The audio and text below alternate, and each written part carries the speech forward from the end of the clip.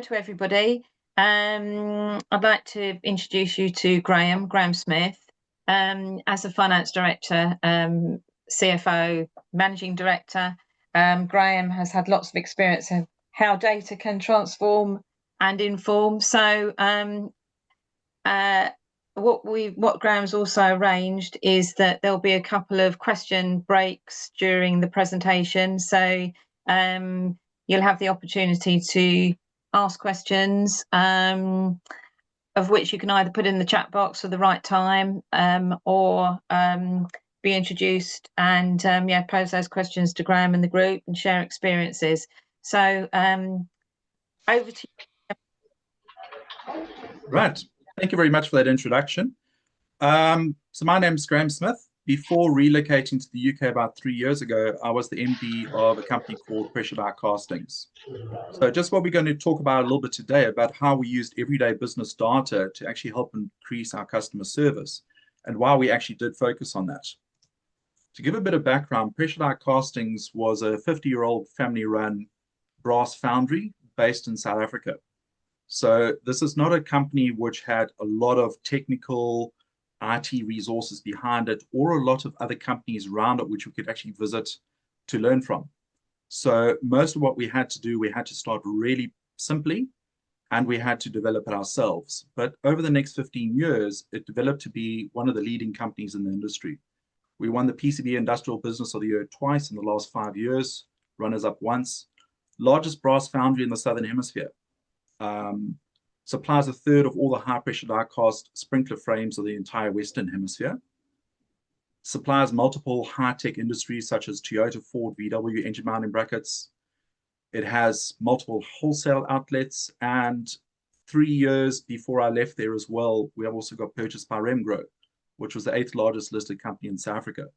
A lot of the reason for this is we were actually taking large pieces of market share from one of their subsidiaries. So it looks like in the end they decided it was cheaper to actually just buy us than to keep competing with us. But we didn't get there overnight. There was a lot of things which we had to change in order to get the company in that position.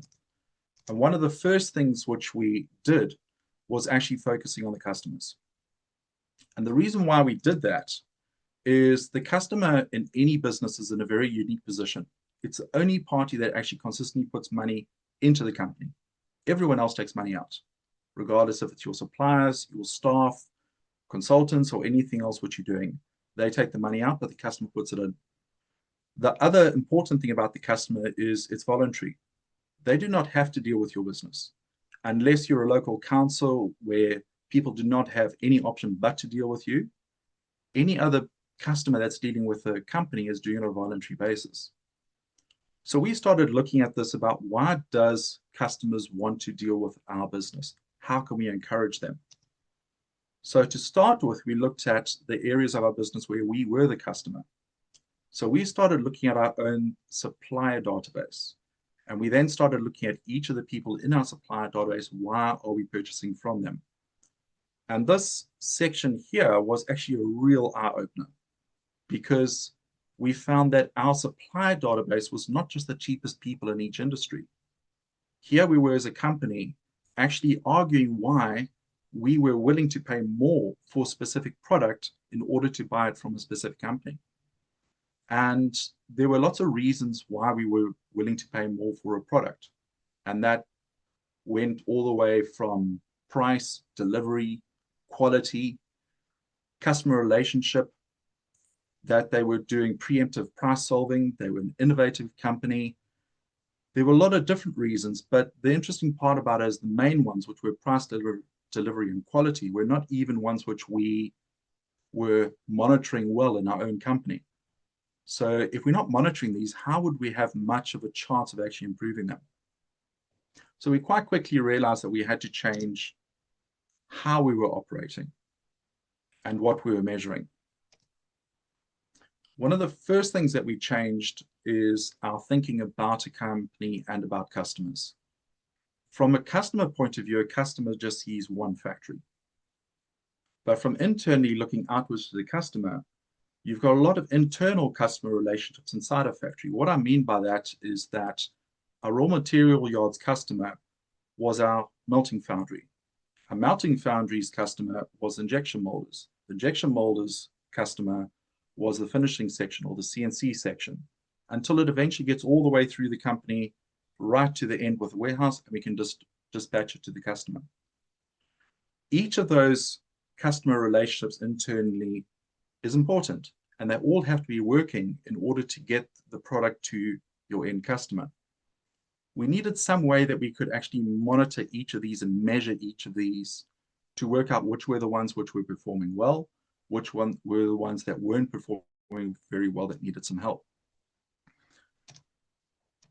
So the next stage that we looked at is a simple method that our staff could understand with how we actually measure an item we called customer satisfaction.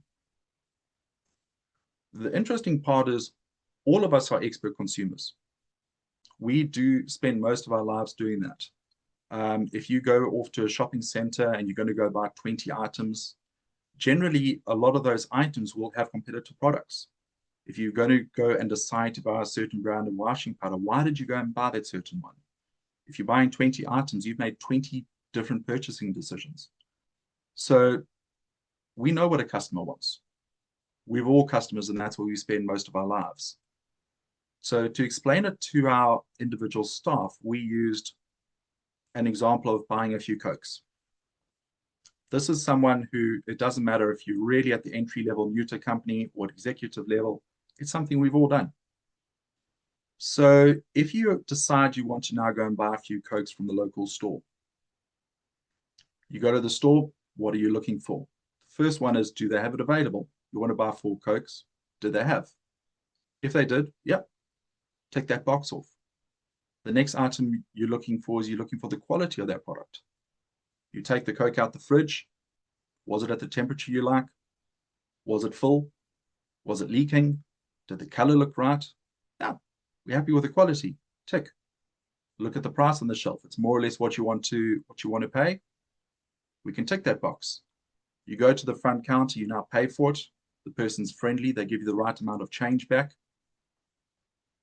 I'm fairly happy as a customer that that supplier has actually satisfied what I was looking for. So we had to break this down into a bit of a calculation. And this is what we came up with after a bit. We just looked at 3 items. Was it on time? Was it in full, i.e. everything we ordered we got? And was it reject free? We didn't discuss pricing at all when we're looking at these individual departments, because that's something that is quite hard for people to relate to. They don't know if this product was 4 pence more or 4 pence less. They don't really understand the ramifications of that when you start timesing by 1 million units. But they do know, was their product on time or was it not? Did I supply everything to the customer that they wanted, or did I not? Were their rejects came back or were they not? And we simply times those 3 together. So if 90% of the time the customer gets the product when they want it, 85% of the time we give them everything which they wanted, and 95% of the time the supplier is reject free, then about 70% of the time our customer is probably going to be happy with our service. And that's what we then used as a basis. I'll go on a bit later about how we now applied that to different types of departments. Because obviously in a company, you've got all the way from maintenance department, production departments, sales departments, admin departments. And we wanted to have a common score that we could apply over everything. So I'll talk about that part about a little bit later. Now, for a company as a whole, we already had this information. So when we look at the purchase orders, the invoices, and the credit notes from the companies dealing with the customer, we could already work out what the customer score was. But we now needed to break this down so we could use the same score over each of our individual departments. So I don't know if there's any questions about that first section.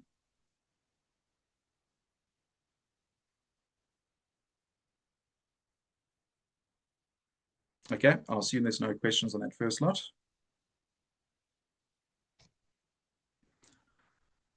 So the first part that we looked at for implementation was on our meetings. And what we quickly realized is we were dealing with historic meetings. So we were in a meeting discussing what had happened yesterday. What were the recovery rates that had happened yesterday? What went wrong and what orders did we miss yesterday? And if we really want to get our service correct and we want to get 100% on-time deliveries, we can't be talking about what happened yesterday. If we did something wrong yesterday, it's gone. We can't change it. We need to be talking real-time data. We need to be solving today's problems rather than looking at historical problems that happened in the past. In order to do that, we needed to get real-time data. This was the next big change which we did, was looking at how do we actually obtain real-time data that we can actually use for our production meetings and for our production processes. So we had one database which was already fairly real-time, and that was the accounting database. This was where we would be receiving our purchase orders. This is where we're receiving our orders from our suppliers and our customers. So the accounting database was fairly up to date, dealing with external parties, but we didn't have anything for the internal parties. That was the actual production database. And we needed to do something there. So what we did is we used Python and MSQL, which is two effectively free database systems which you can use, and then we link that to Excel. But we needed to actually get data into this database which we created. So we looked at each of our different production machines we had, and we realized all we really needed to do was pick up one item on that would tell us what a cycle is. So each time the machine cycles, we needed to be able to capture when it cycled, how long it took to cycle. And we started off very simply with this. So if it's something like a press where you've got a cycle, we would just put a little limit switch on. Every time it popped past the limit switch, that would now record a cycle, when it happened, and pop that data into the database. So this was a very quick, easy, and cheap way of putting a production database together. Our accounting system, which was Syspro, was already running in SQL database format, so we could actually link in our accounting database through to our new production database. At the beginning of each shift now, the operators would have a hand scanner that they would actually use to record the barcode of the product that's coming in. Because the hand scanner, the piece of equipment, knows what its asset number is, and it knows which product's being made, it would then go into the Syspro database, so the accounting database, and pull the cycle time for that specific product. Now what we had is we had, with the limit switch, it was giving us information on what the actual cycle is, and our database was giving us what the standard cycle was. The next item which we added on top of that is on this, a little screen next to each of the pieces of equipment, which was a little touch screen. This again did something which was fairly simple and also straightly done in Excel. Was it just compared the standard cycle time which we got from Syspro, our accounting database, into the actual cycle time that was happening in the factory on that specific machine. Each time that the actual cycle rate was 5 seconds more than the standard, it would create a thing called a stoppage. And that would just appear and accumulate down the left-hand side of the screen. So if it's the machine should have done a cycle in 5 seconds and it took 25 seconds, we had a 15-second cycle. On the right-hand side of the screen was just the 10 main reasons for a stoppage that we could think of for that specific piece of equipment. And it could be a breakdown, or it could be out of stock, waiting for stock, or it could be that it's a lunch break. The operator clicks on the stoppage on the left, clicks on the reason, and the stoppage disappears. Again, this is just done in Excel, so nothing really complicated. But what it did do is it now gave us real-time information on our variance to our standards, the reasons for the stoppages, and this now fed back into the next lot of screens. So this was typically what our morning production meeting area for this department was. In this one, there's 15 screens on the left. Each of those is for one department. All the data that comes onto these screens is now fed in from these two systems. The actual that's physically happening on the floor and from our accounting database. As an example, if we look at that top middle screen, if you squint really hard, you can see there's a whole lot of yellow lines on it. We just use three colors. Red was anything that's overdue, yellow is anything that's due today, and green is that anything that's in future.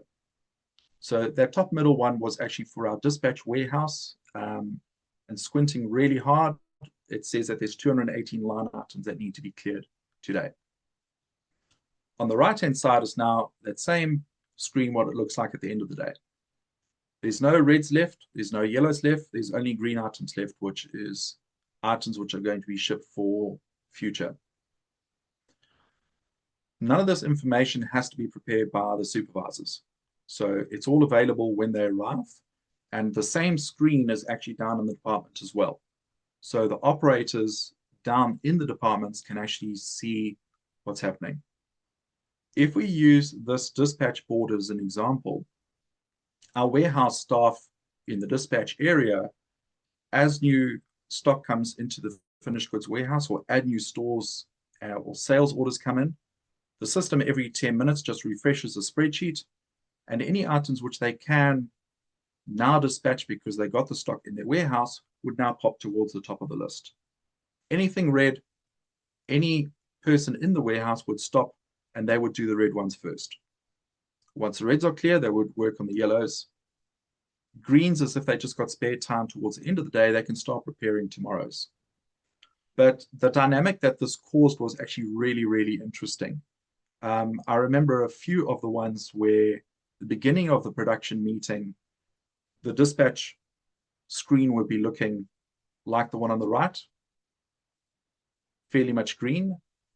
While we're busy doing our production meeting, orders are coming in, stock is coming in, suddenly you get a whole lot of yellow items arriving. And where the warehouse person was first talking, we've got an easy day, we're actually going to use this time and do a stock take, they now start getting a little bit nervous and they realize they've got quite a bit of work to do for the day. Towards the end of the meeting, you've got a whole lot of reds and a lot more yellows arriving. And by that stage, they're putting up their hand and saying, we actually need some help, people. Can I get some people from another department, please, to help me? And very quickly, looking at just a red and a yellow system, you can see which departments need some help and need some extra people to come and help them, or which ones actually have sufficient time and a workload and can actually move staff to other areas. So this is how we first started. And from here, we then started adding on extra pieces of information which would be useful to the department. One of the areas where there was quite a big disconnect was between the production departments and the maintenance departments. So maintenance departments would be responsible for maintaining different pieces of equipment on a cycle. So every 10,000 units, they should be doing maintenance. Or there's a breakdown on a specific machine. So they will come in to try and repair the breakdown, but production's still using the machines. So they say, can you come back tomorrow? So we had a wastage of time and effort there. So on the bottom right of each of these machines, we then put in for the piece of equipment in their department, what is the next maintenance schedule which is coming up. So the operators can actually see today these 4 pieces of equipment have actually got scheduled work coming up on them. And at the morning meeting, if there's a lot of pressure on that department, we could then cancel it or push it back at that morning meeting, rather than the maintenance going, getting all the parts from stores, getting the necessary equipment, going to the production floor to speak to the supervisor, and then being told, sorry, we actually really got an urgent orders on here. Can you come back tomorrow? So as an example, that's how we use this to help with communication as well. But the crux of it was just using a color system, red, yellow, and green, and also all of this information pulling automatically. So our supervisors were not spending time generating an information. And quite often what we found as well when supervisors were generating information for the meeting is no one likes to give bad news. So items which maybe did not perform as well in the previous days, or areas where they had missed an order, sometimes got forgotten or left out. Where it's all already presented for them, they literally just come to the meeting. They need to have an answer for each item that's red or yellow on the board. Don't know if there's any questions about any of those. Graham, I had one question. Yes. So this is Baron here. To what extent, if the operators or team leaders, where the data was presented to them, they didn't, to what extent did they feel that they owned that data? So often people feel if it's not data they're providing, then there's a reluctance to say that the data is correct. So did you experience any of that? Absolutely. In the beginning, there was a lot of testing to make sure that the data was right. So we had where people would scan in a different batch, or we had where people would actually purposely work slower or work faster to see what would happen. So getting the data integrity and people comfortable that the data was correct was really, really important. But once people got comfortable with the data and that the data was correct, we actually had a lot of very positive feedback coming from the supervisors. Because here, this is giving you the real-time feedback of how your actual shift is performing. Is it performing according to standard? Is it not performing according to standard? So when the supervisor leaves for the day, he knows how his shift performed. He's not going to go into a meeting tomorrow and get 3 people from management jumping on him and say, why didn't you get that order out yesterday? Or why did you work so slowly? Or what was the reason for the breakdowns? If he gets to the end of his shift, his board's green, everyone knows he's done well for the day, he can leave, he can go home, and he's comfortable. But there was a lot of testing of the data by the production people in the beginning, absolutely.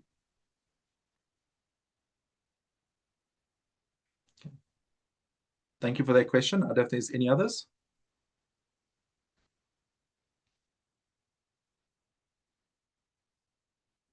No? Okay.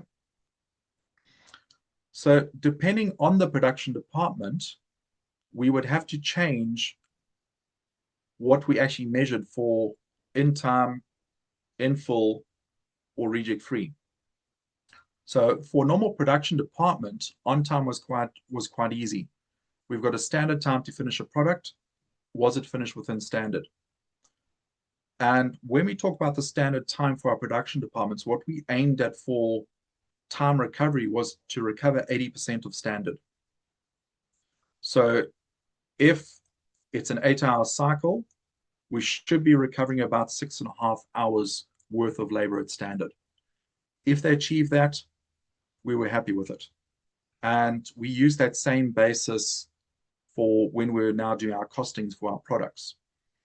The other item that worked really nicely from this is that it continually kept our bill of materials and our costing system up to date.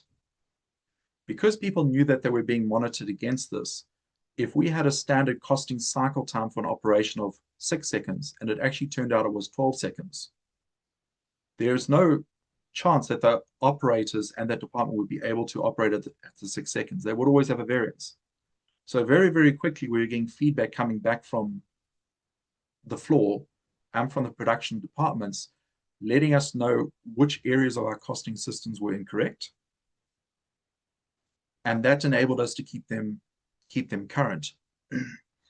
Quite often, if we don't do that, what happens is that you do an original standard costing for a system. 6 months later, some of the equipment has changed. They're doing it in a bit of a different way. You go back and you check your actual costing and find out that it's taking a lot longer or a lot shorter than you originally thought. And both of those variances obviously have a cost and an opportunity cost associated with them. If processes are taking a lot longer than you're actually costing, you may be undercosting their product or selling it at a loss. Or if they've actually found a smarter way of doing it and they're doing it a lot quicker than you've got in your costing system, it might be that you're actually overcosting their product, and a lower cost would enable you to actually add on additional customers.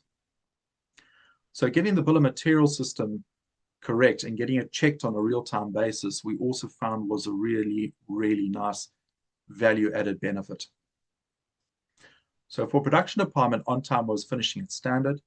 In full would be, does everything which we wanted made? So if we wanted you to make 5,000 components, did you manage to do all 5,000 components? And then reject free was a batch below a standard reject percentage. So for a specific process, we might have had a 4% reject percentage. If it was more than the 4%, that would then count against them for rejects. Maintenance department is now measured very differently, but still using the same 3 items: on time, in full, and reject free. So on time, we looked at breakdowns and job cards. Each of those would have a required date. Was it done by the required date? In full, were all the items on the job card or the breakdown actually completed? So if there were 6 items on the job card that maintenance needed to do, did they manage to finish all 6? In order to do that, maintenance actually now needed to pre-plan the work that they were going to be doing in the departments. They needed to make sure that they actually had the right components available. Make sure that you got enough of the fluids. Make sure that you got enough of the oil that you need. So when they do come to the production department, if there's 6 items they need to do, they need to make sure that they complete all 6. If they're only completing 5 because they did not plan properly to get the 6th one finished in time, they would kind of get them. And then reject was if the same machine reported a breakdown for the same issue in 48 hours, for maintenance, that would then count as a reject. So using those 3, same for maintenance department, we could calculate a customer satisfaction index. And their customer satisfaction was obviously all of the different production departments. The factory production department, their customer will be the next one in the production queue. So your raw material yard to your melting to your foundry. For warehouses, we used, was a product shipped? So do you end your board with only green items on it? And that was a very standard practice that we had towards the end, but it took a little bit of planning in the beginning for people to realize why it's important to clear those boards, to clear those items which are due today or which are overdue. Some days they would be working really late and there was quite a bit of overtime in order to get it cleared. But the standard rule was no one went home unless that whole board was green. And if you need to get in extra people from another department to help you, go talk to them and get the people. But don't end the day with having items on your board which are overdue, because that means that we're not going to satisfy the customer's requirement for being on time.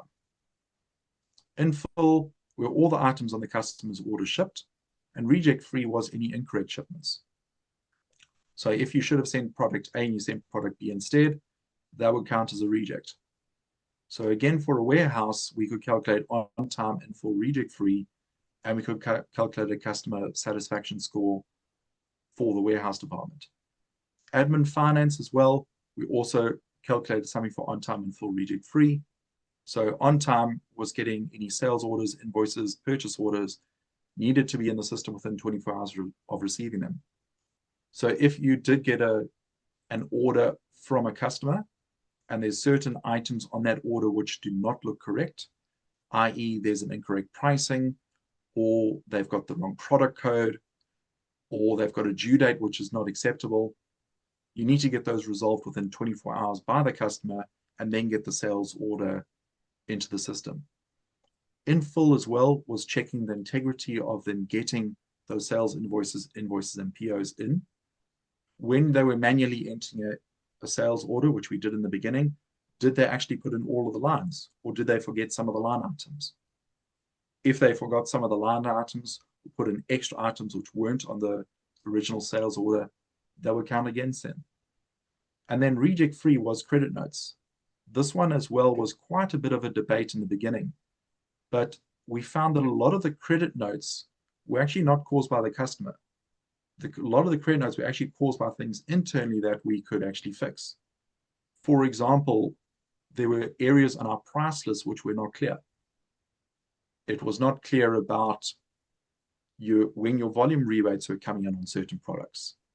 So we're having to then go back and give credit notes.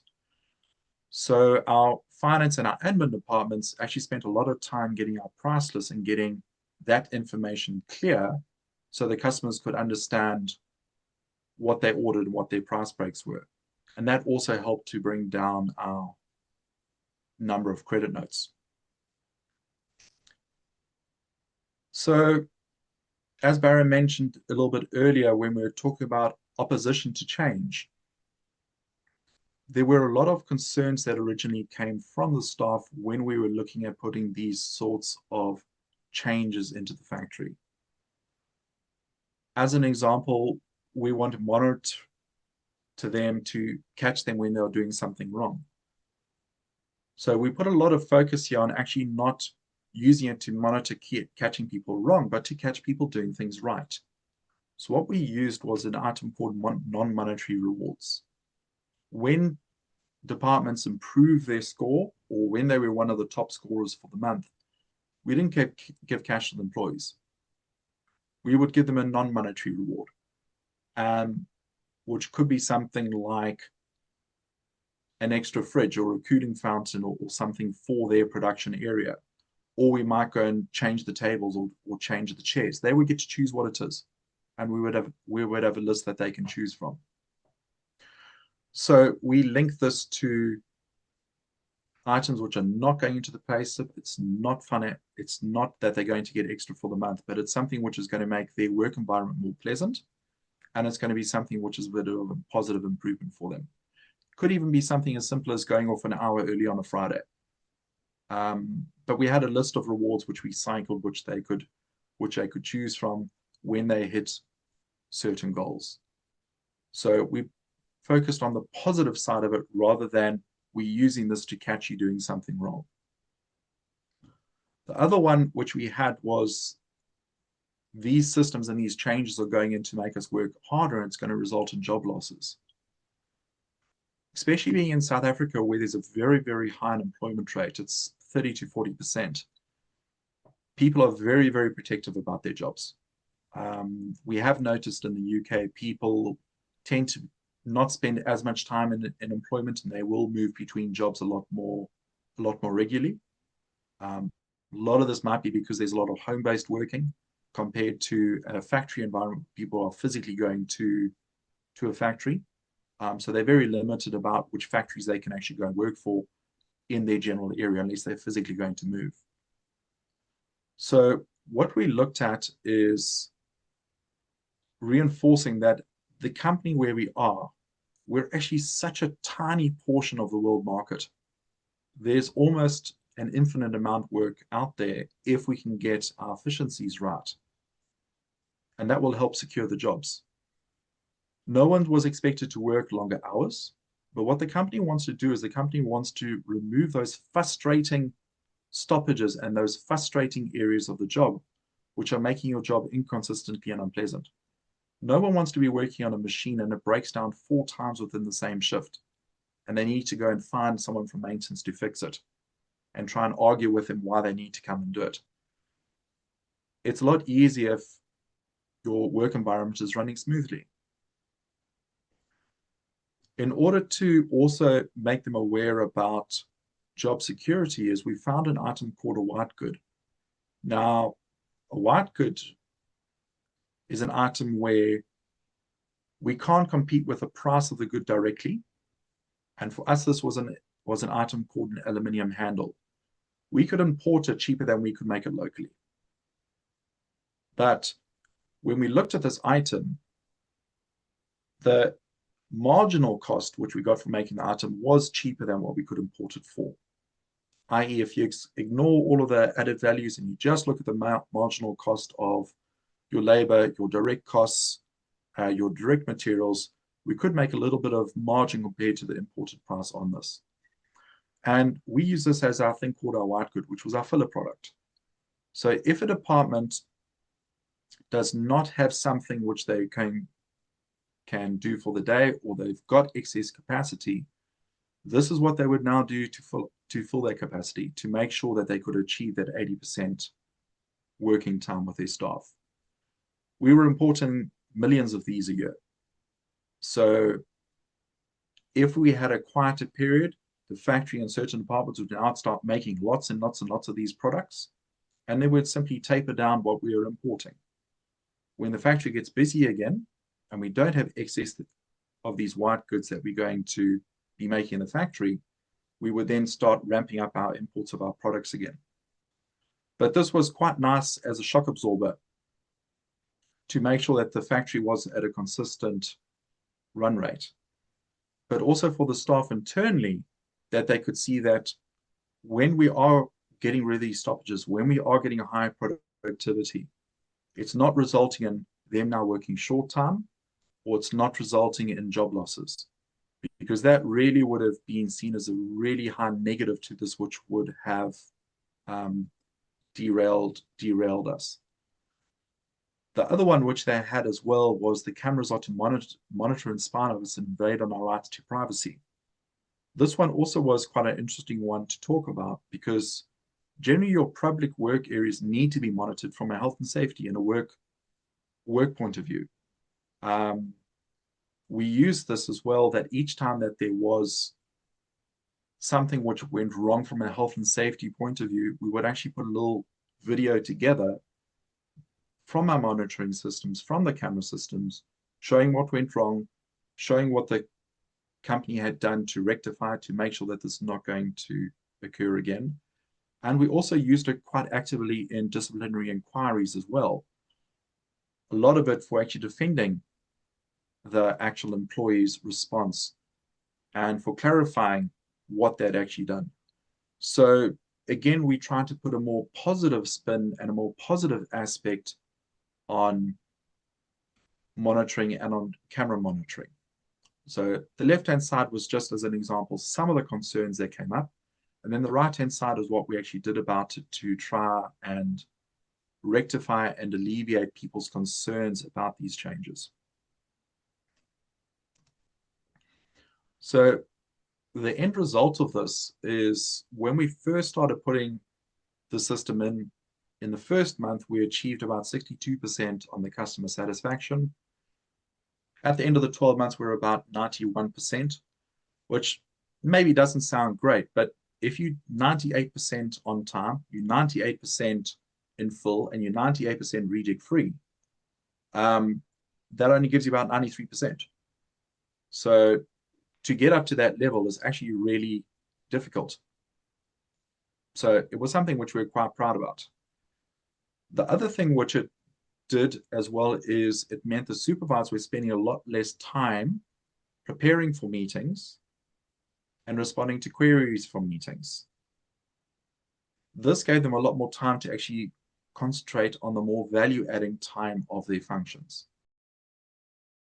And this is where we got a lot of our savings from.